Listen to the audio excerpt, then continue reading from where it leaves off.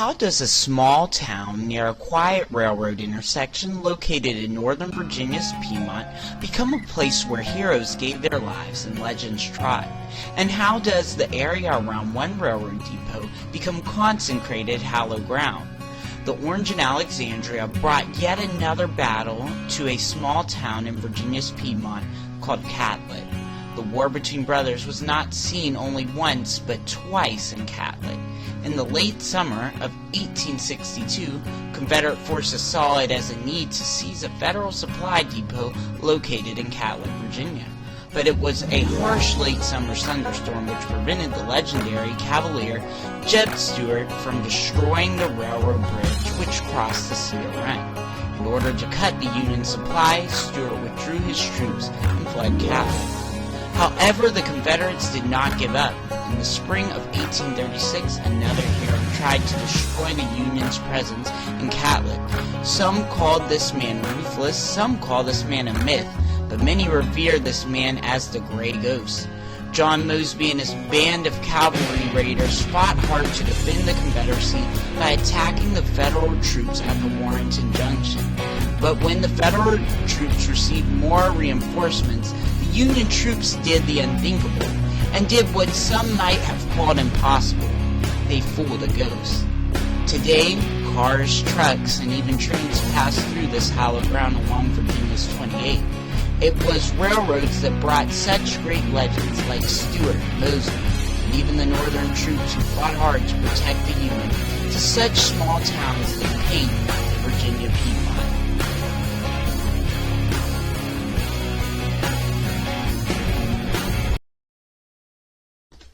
Brandy Station. One could call it a prelude to one of the greatest battles of the American Civil War, Gettysburg. Brandy Station put both Cavaliers in both the Union and the Confederacy to the ultimate test. There was never a time in Northern American history that this many men and horses were involved in combat. During the year of 1863, one of Robert E. Lee's main goals was to secure a victory on Northern soil. Before June 9th, Federal forces were aware that the Confederate cavalry riders were located outside the town of Culpeper, ready to head out further north towards the Shenandoah Valley. On June 9th, at the time of 4:30, Union troops surprised the enemy when they crossed the Rappahannock. Many cavalry riders in the Confederacy were not prepared for battle. Although the North received more losses than the South during the Battle of Brandy Station, the Crescent Cavalry of the South lost their image and much of their strength. Today, one would not think that Brandy Station was one of the greatest battles ever fought. One historical site that still exists from the Battle of Brandy Station is the Graffiti House. Many soldiers who were injured received aid in the Graffiti House and wrote their names on the walls. You can still see the signatures of these heroes to this day. Before 1850, the small town of Remington was known as Millview. Prominent families in Fauquier County, the Stone and Bowen families, previously owned the land at which Remington was located. The completion of the Orange and Alexandria Railroad made a drastic change in which would affect the small town forever. When the Orange and Alexandria Railroad was complete, the town changed its name to Rappahannock Station. Eventually, the town changed its name to Remington, because many of the town's constituents praised the efforts of railroad conductor Captain Remington. Changing the town's name was not the only effect that the railroad had on Remington, but the town's population flourished due to the presence of railroads.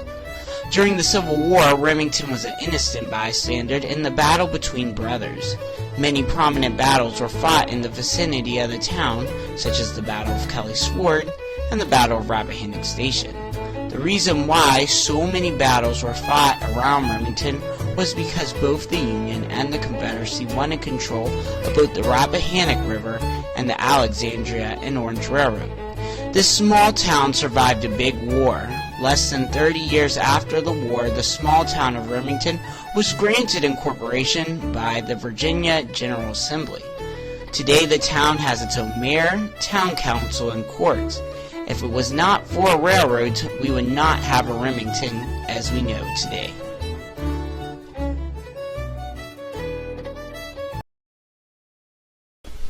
One of Virginia's most historically best-kept secrets is Bilton, Virginia. One can find so much history out of a small railroad depot that was birthed by the Alexandria and Orange Railroad. The Civil War actually visited Bilton through several small skirmishes near the train depot. The Confederates visited Bilton when they were pushed further south by the Federals towards the city of Fredericksburg.